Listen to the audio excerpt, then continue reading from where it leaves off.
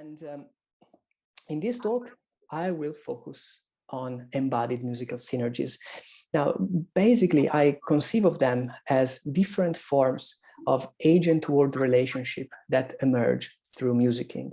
And such relationships are what I call embodied musical synergies.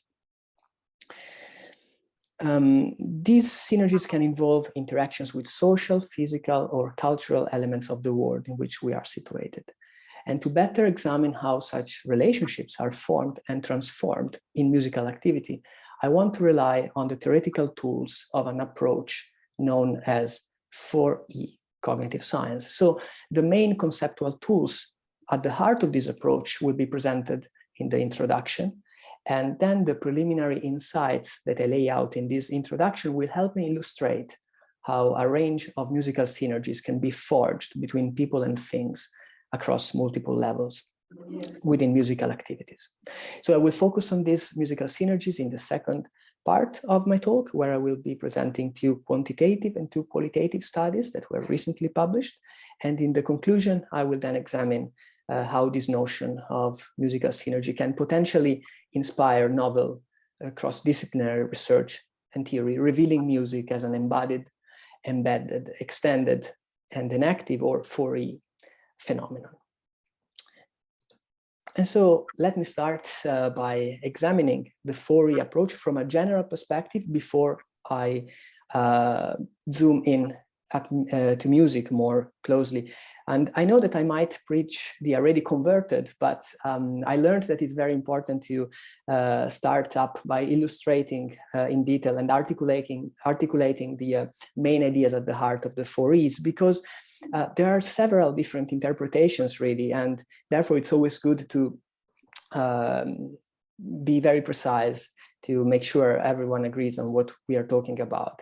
I believe it is important, therefore, to spend a few minutes to look at the theory in general before zooming into music.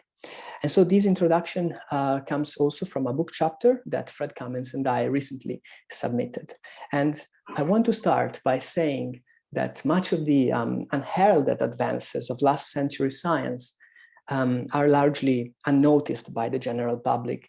And that's because they eschew accounts of strictly separable independent systems that can be understood piece by piece in favor of addressing complexity, entanglement, social interaction, and lived experience. And here the classic models is that of computers, where software are independent from the hardware and where outputs are generated from various inputs that come from the environment.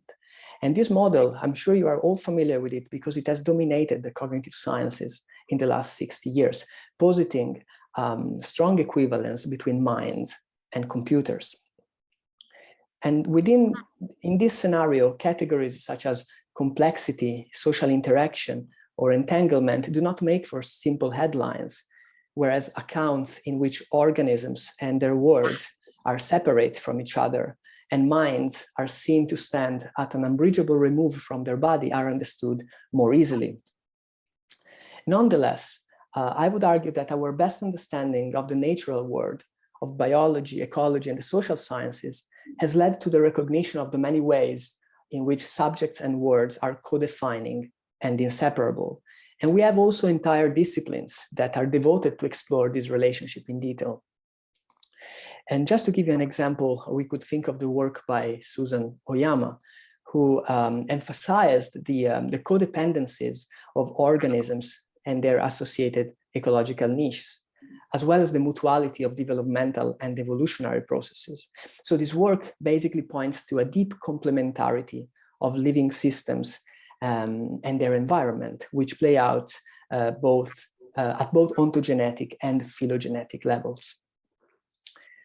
And so in this changing landscape, many researchers have then therefore questioned some fundamental assumptions at the core of traditional approaches, leading to a growing awareness that we might need very different understandings of brains and bodies, understandings that can extend to address more qualitative aspects of our being, including the notion of lived experience, entanglement, and social interaction. And so 4E cognition in recent years has become the clarion call of several schools of thought that are united in rejecting the core assumptions of more traditional approaches, those that would conceive of mind as an information processing device that operates in our head, a computer basically. Instead, research inspired by the Fourier approach posits that mind may be best understood as a relationship, as a continuous coupling of brains, body, and word. So by this view, our mind, our cognitive life, or our mental life, I will use the term as synonyms. This is not a thing really, but it is a relationship. And as a relationship, it's not really something that we have or not, but it is best understood as something that we co-constitute through others and with others. And this very idea is captured by 4 overlapping dimensions: embodied, embedded, extended, and enactive. And so in what follows, I will briefly expand on these 4 dimensions, following insights of scholars such as Sean Gallagher, Ivan Thompson, Ezequiel Di Paolo, Hanne de Jager, those who have contributed to enrich our understanding of mind and subjectivity through the lens of Fourier cognition. And I want to start with probably the most famous of these terms, embodiment. We have been told for many years now that musical mind is embodied, or that embodiment is one of the most important approaches and frameworks in the cognitive science, but there are so many different interpretations. So let me briefly outline what I think is the best way to understand the idea that the mind is embodied. Well, the main idea is that, again, mental life, our capacity to think, to feel, to communicate with others, cannot be reducible to what happens inside the head, computation or neural states. Instead, cognition depends directly on the brain-body system, understood as a functional whole. Now, let me give you an example of this. There's a famous study, this is one of the many that many people cite with regard to embodiment. There's a study that shows that subjects wearing a backpack or feeling tired, they would perceive hills as steeper and distances as greater when compared to other subjects that do not feel tired or do not wear a backpack. And many people argue that this really suggests how a physical state like effort, feeling tired, can shape directly the content of perceptual experience, showing how the body really participates in driving cognitive processes. But if we want to really capture the very holistic experience that the Fourier approach promises, then we need to take a step further. We can't really stop at the body itself. We need to include also the broader environment. And so many people are now talking about embedded cognition. So the idea is that mind arises from and helps develop our social, cultural, and physical interactions with the world. It does not happen in a vacuum, as Tony Camero would put it. And I want to use a quotation that biologist Uberto Maturana developed more than 50 years ago, who says that living systems are units of interactions. They exist in an ambience. And from a purely biological point of view, they cannot be understood independently of that part of the ambience with which they interact, the niche. Nor can the niche be defined independently of the living system that specifies it. So again, we're given a view that really highlights the complementarity of organisms and world. And when we look deeply, when we focus and zoom in at this sort of relationship between organisms and world, we find that specific elements from the environment may have some very peculiar relationships with the world, and this with an agent. And this is best captured by the idea of the extended mind. And the idea is very simple. Some material and symbolic tools not only can offer scaffolding to cognition, but if functionally coupled to the organisms, they can be understood to co-constitute the mind. That sounds very complicated, but there are a number of arguments most famously from Andy Clark and David Chalmers, but also that have been rehearsed in an edited collection by The Extended Mind from Richard Menery, which shows that, for example, biological memory and external memory can be understood to form a hybrid extended system. The idea is the following. Imagine also a system like notation. We can use notation when playing music and use the information on the score as if it was stored directly in our head. Now, we may need to use notation because one of the pieces we are playing would be too cognitively demanding to be remembered entirely by heart. And so we use notation. But the way in which we use the information from the score will be exactly the same as if this information was stored in our head. And so scholars are questioning whether a distinction made only on physical location would be enough to draw a separation between cognitive and non-cognitive. In fact, they may argue that also those elements that are used in the same way as if they were part of our cognitive system were indeed cognitive. And so in being embodied, embedded, and extended, cognition is said to be enactive. And the main idea here can be summarized as the following sentence: organisms create their own experience through action rather than through representation and recovery. Probably the most famous book here would be The Embodied Mind by Francisco Varela and colleagues from 1991. And the main idea has been rehearsed again, is that cognition or mind, again, could be best understood as a mode of engagement with the environment that one cultivates through action and interaction. It emerges from a history of coupling between organisms and their environment. Again, the boundaries between organisms and world need not be that strict. In fact, there is a sense of deep complementarity of organisms and world. And so depending on the biological complexity of different organisms, such organisms can establish different forms of relationships with the world, which an activist would call sense-making. And imagine the following: a unicellular organism is mostly concerned with nutrition. Nutrition would be the most important thing for these organisms. But clearly more complex animals like us, could establish very different forms of relationships with the world, social relationships, but also artistic relationships, or indeed musical relationships. So I think one of the best ways we have to characterize music is to understand music as one of the many possible relationships that we establish with the world. However, exploring the musical mind from this perspective might be challenging. And that's because music has been widely accepted as a matter of cognitive understanding or special intelligence instead of flesh and blood experience, that is advocated by the Fourier approach, as Heidi Westerlund and Maria-Lena Juntunen put it. And so how can we really facilitate our understanding of the musical mind as a Fourier phenomenon, one that is based in action and interaction? What is the best way that we have to do so? I think that the notion of embodied musical synergies could be helpful here. And so I want to spend the next part of this presentation to talk about embodied musical synergies. And to do so, I will present 4 empirical studies that examine a range of different embodied musical synergies. And therefore, they would capture different relationships that involve simple musical instruments as well as other musical subjects. So both things and social elements of the world. I want also to note that these studies are not offered to validate the assumption of the Fourier approach. I think there's already a lot of excellent scholarly literature on that.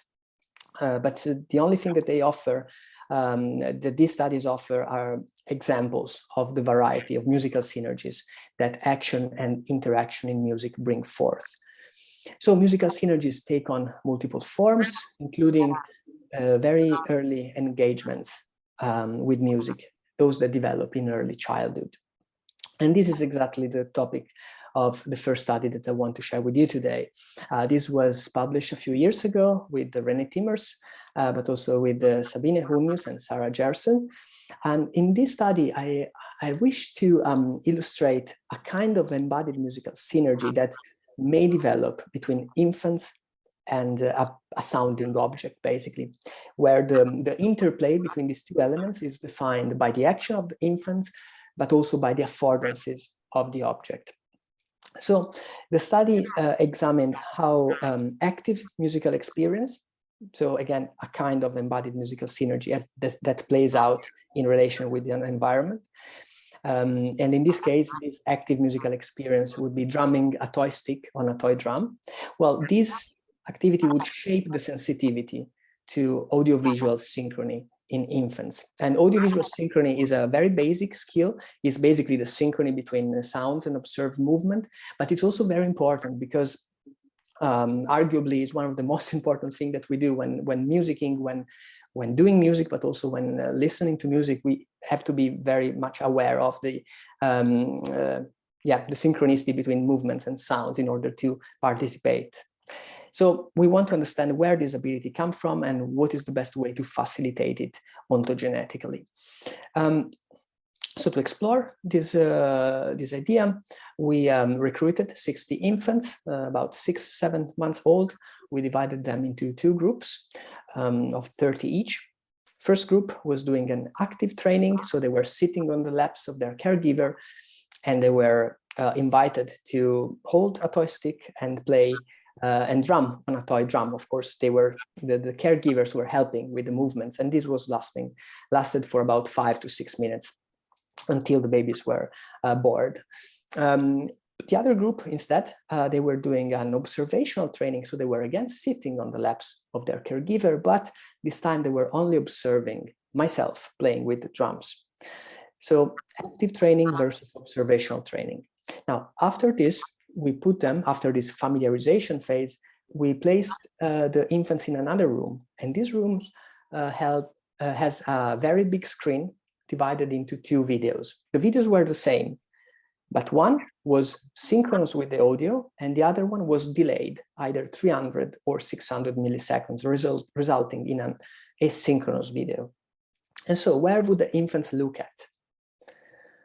Well, when it comes to 300 milliseconds, there was basically no difference because probably the offset was too short to be detected by the infants.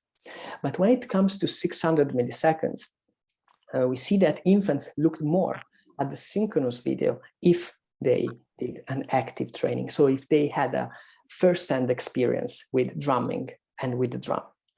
And so the findings, we think, that suggest that active experience is more beneficial than observational experience for differentiating synchronous and asynchronous stimuli. And so forging a musical synergy through action may be really central for infants to develop an important musical skill, one that shapes their perceptual experience. With that in mind, however, we also need to consider that this study is limited because obviously the generalization may be not very broad here. Our subjects were infants, and also there was no interaction. But we know that musicking and learning music particularly very often involves a deep sense of interaction. And therefore, in another study, we wanted to explore, to address these 2 limitations. And this is a study we published a couple of years ago in Music Perception with Jan Stupake, Richard Pankat, and René Timmers. And this study really addressed the question of whether peer-to-peer collaboration can help enhance musical learning in non-musicians. So basically, what kind of interpersonal musical synergies could facilitate musical learning? And note that here, in this case, we focus on adults to address the previously mentioned limitation, and we are looking at contexts that are profoundly interactive. So there is no any more autonomous kind of learning. So basically, we operationalize learning, collaborative learning, as 3 main conditions based on synchronization, turn-taking, and imitation. And I will tell you a bit more about it in a minute. And then we compared how well participants in solo or in collective settings would perform those melodies, different stimuli, let's say, after those were learned in one of these 3 conditions. So which conditions was better and would be more beneficial to perform, to learn them individually or collectively. Now, we had 54 participants, 18 adults versus 18 dyads. We had 3 stimuli, very simple melodies. All participants, remember, were non-musicians. And the procedure was very straightforward, I think. We had a learning phase, either in solo or in duo, depending on the group, and where all participants learned a different melody in a specific condition. And after that, they were invited to perform the melody so that we could check how accurate their performance was. And this whole thing was repeated 3 times because we had to deal with 3 different conditions and 3 different melodies. So this is a better illustration of the design again. And note that both in solo group and in the duo group, there was a learning phase followed by a performance phase. You will also see here in the picture, I know it's small, but you could see there's a computer because all learning phase involved a computer. The computer had basically a video of the melody to be learned. There was no notation to be shown, but there was also only a video of a melody. I will give you an example later, so you will see the exact video that they were looking at. That was looping for 12 minutes.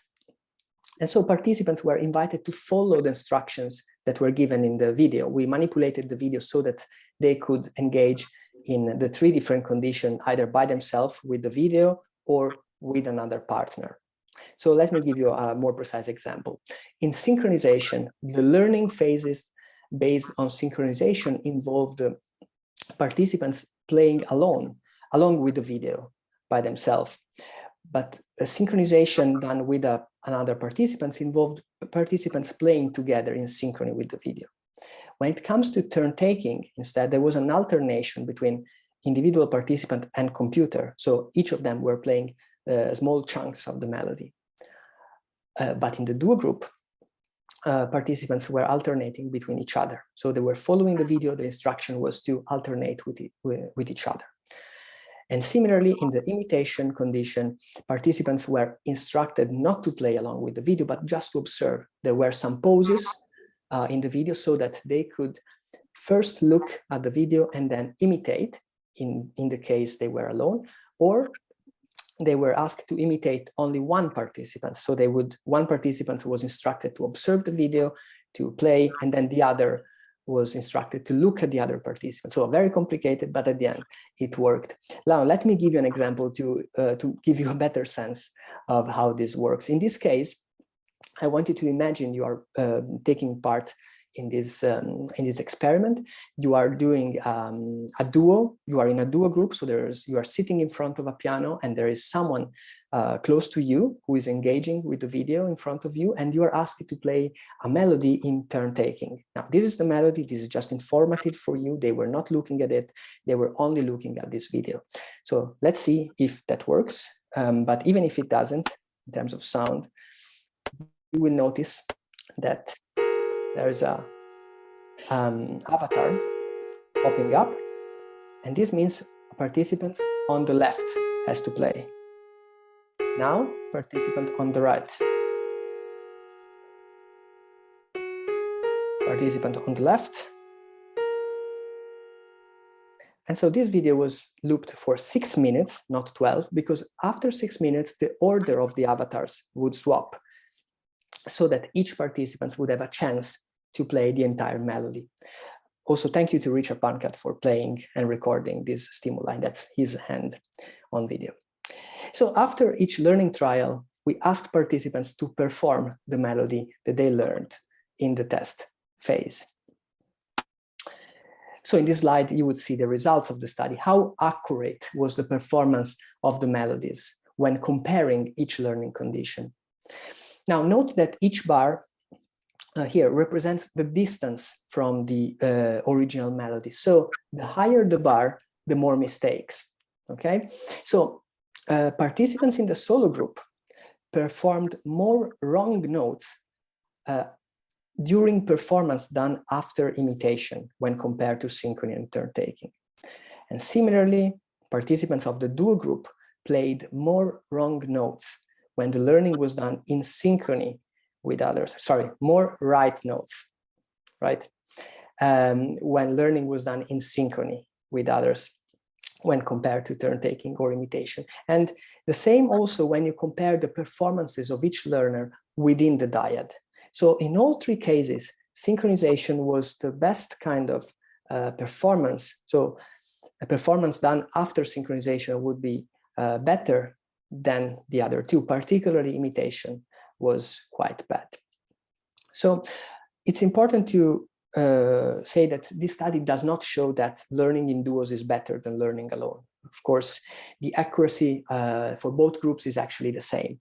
However, the findings, I think, highlight how intersubjective musical synergies, those that we wanted to foster through this sort of learning task, really need to be inherently interactive to be effective. Not all kinds of synergies would work. Imitation wasn't as effective as the other. And indeed, the performances were more accurate when participants engage in synchronous learning and turn-taking over imitation.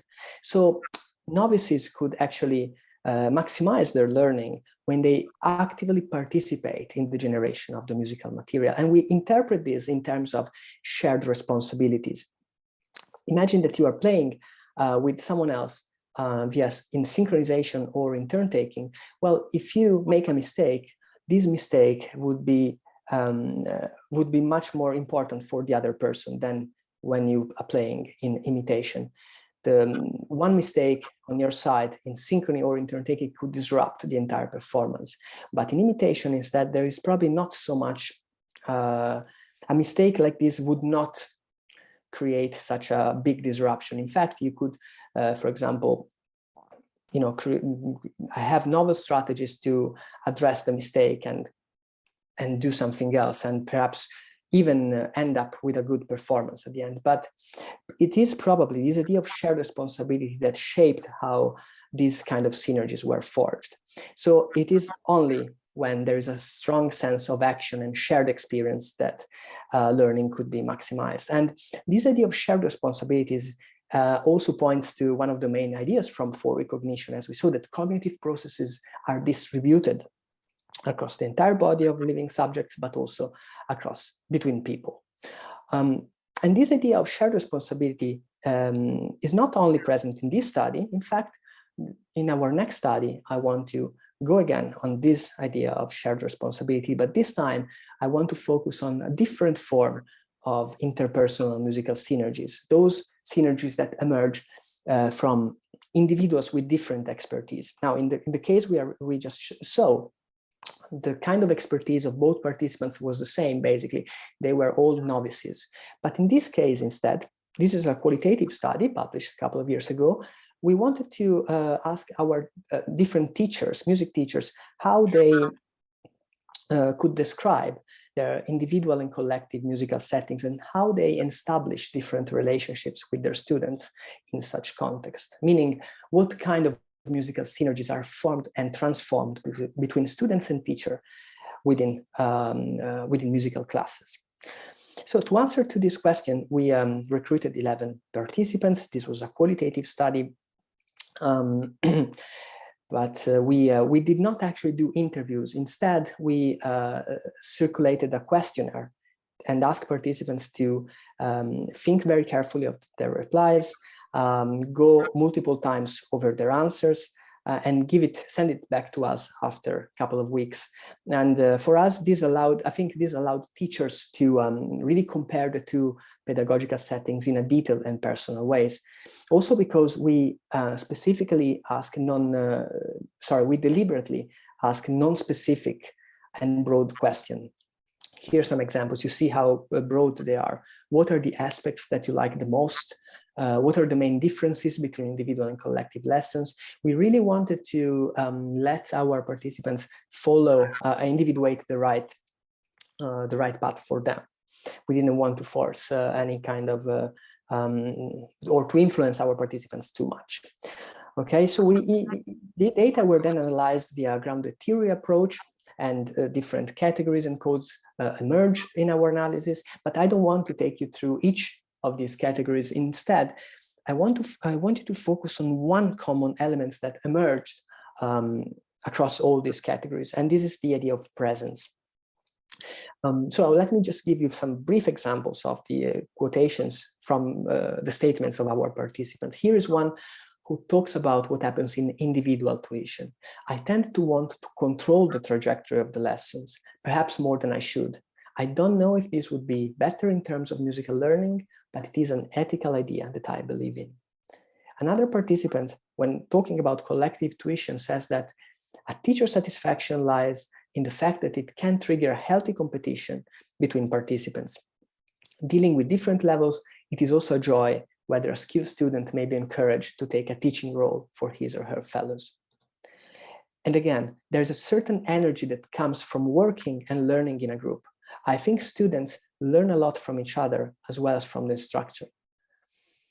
Students have to take more responsibility for the role they play in the group and the effect their actions or inaction may have on the collective. And so from these kind of quotations, you see that the roles of teachers and students did not really appear to be prescribed according to our teachers. They were instead very fluid and flexible and could be negotiated by the whole group. And I think this, according to our teacher, really fostered the development of novel webs of musical synergies between students, but also between students and teachers. And that's because teachers needed to step back sometimes to let students take on new roles. And this, please note, did not happen most of the time consciously according to our teachers. This is just after reflecting on their lessons, this is something that came out as a response, but they did not plan for it according to our teachers.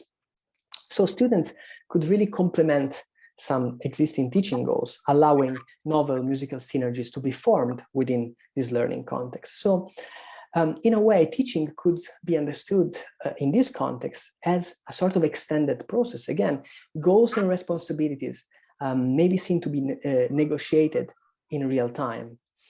So I think this promotes an educational environment where decisions can be made collectively and where students can meaningfully interact with each other, creating also synergies between themselves. So again, there's a sense of distribution and renegotiation of roles that emerges from this picture.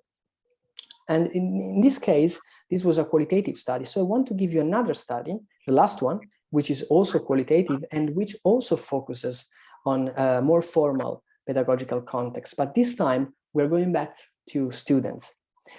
Students who unfortunately have to go through some difficult times during the pandemic. And here we really wanted to explore how music students adapted to the sudden change in pedagogical offer caused by the recent pandemic. So what kind of embodied musical synergies could be formed when in-person interaction is not possible?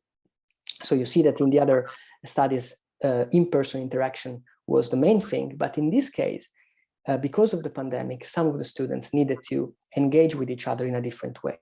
So what was the main thing that emerged in this context? We focused mostly on the notion of creativity and peer interaction, and our students, our participants mostly came from Italy, and that's because Italy, well, all of them came from Italy because Italy was one of the most significantly impacted countries by the pandemic and probably one of the first to implement considerable pedagogical change. So we had 20 students which played very different instruments, and these ensured enough variability, I think, within the context in which the data were generated.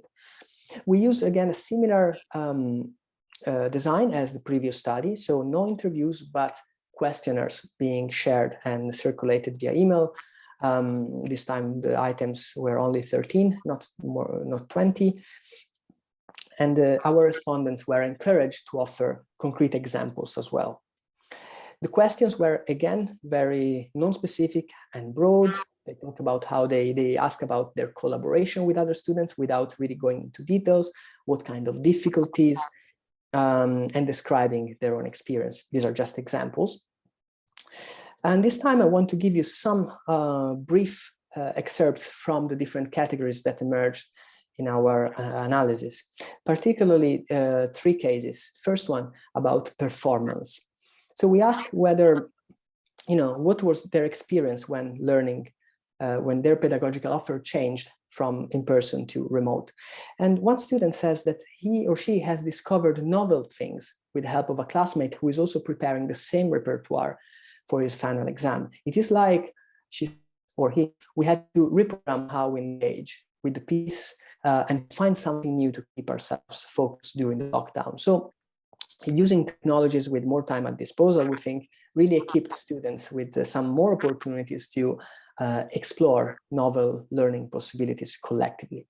And in the same spirit, two other excerpts read: the e-learning experience made me discover a collaborative spirit shared with other students, which I haven't previously developed.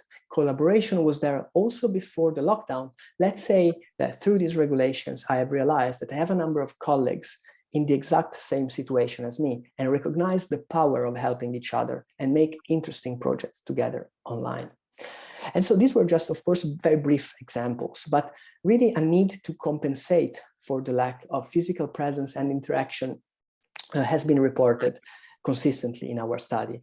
And such a need really prompted, I think, a number of students to actively seek for connections that go beyond their everyday relationship with their teacher. And this led to new synergies among students, highlighting again the link between creativity and social connectedness. That is also an important part in recent literature in music and beyond.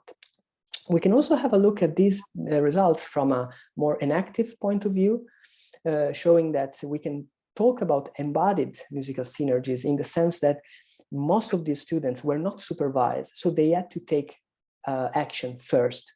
And so they actively seek for connections. It was their own decision to start to collaborate with others. But this also happened in a specific environment, a virtual environment to be precise. And this negotiation of roles wasn't completely free. It had to have some limitation. It had to address the embeddedness of the context. And similarly to the previous study also, there was a negotiation of roles. Many students really reported how they interacted with other colleagues in different ways without a very prescribed roles and so forth. So before we move on to the conclusion, let me briefly summarize the different synergies that we have seen in the previous studies. We started with musical action in infancy, looking at how infants engage with specific sounding objects. We then saw how certain kinds of embodied musical synergies could emerge when novices would work together to familiarize with certain musical pieces, showing how action is important and shared responsibility would be one of the main concepts to take into consideration when looking at interaction in learning. And then we saw how teachers and students can reshape the dynamic of the lessons by renegotiating their roles, again, giving rise to different forms of synergies that involve students, but also teachers, and how the roles of the teaching would be complemented and renegotiated during the lesson. And finally, we saw how the synergy between peers and between students could actually even occur in situations where in virtual environments, let's put it this way, when there was no physical presence. So let me briefly go to the conclusion now. We started our journey today looking at how novel insights from cognitive science can inspire richer understanding of the musical mind. And we saw different forms of embodied musical synergies that resonate with the different E's at the heart of the Fourier approach. But I think that despite the different flavors, all musical synergies that we saw really remain embodied deeply, in the sense that they really rely on action and active experience to be effective. And so the main idea being that mental life can be best understood again as a mode of engagement with environment, inherently relational phenomenon, which engages the brain, the body, and our social environment.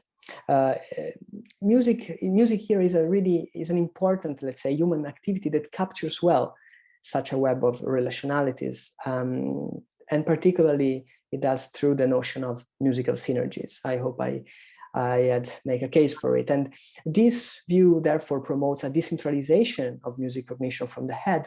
The emphasis now is on the body and on its situated power of action and interaction, meaning that the social and the material environment really participate in constituting musical experience. And also with the idea that musicking can be really understood and conceived of as a relational activity, which includes also virtual environments. And I think that this last point, and I'm concluding here, opens up interesting possibilities, fascinating possibilities for future research and theory. If embodied musical synergies can be formed also when people are separated from each other, as we saw in the last study with virtual environments, then what are really the limits of such a category? In other words, what is the role of imagination, for example, in fostering musical synergies? Is it possible to establish synergies with others that are not present, either physically or remotely? There are some preliminary answers that we have discussed in a paper we recently published, but definitely more research is needed. But this is, I think, a nice area. So the idea of musical imagination is a nice area where the notion of musical synergies can be applied in the future. And so, having talked about synergies all day, I can only conclude by thanking the colleagues to whom I'm indebted for having worked with me over the last few years.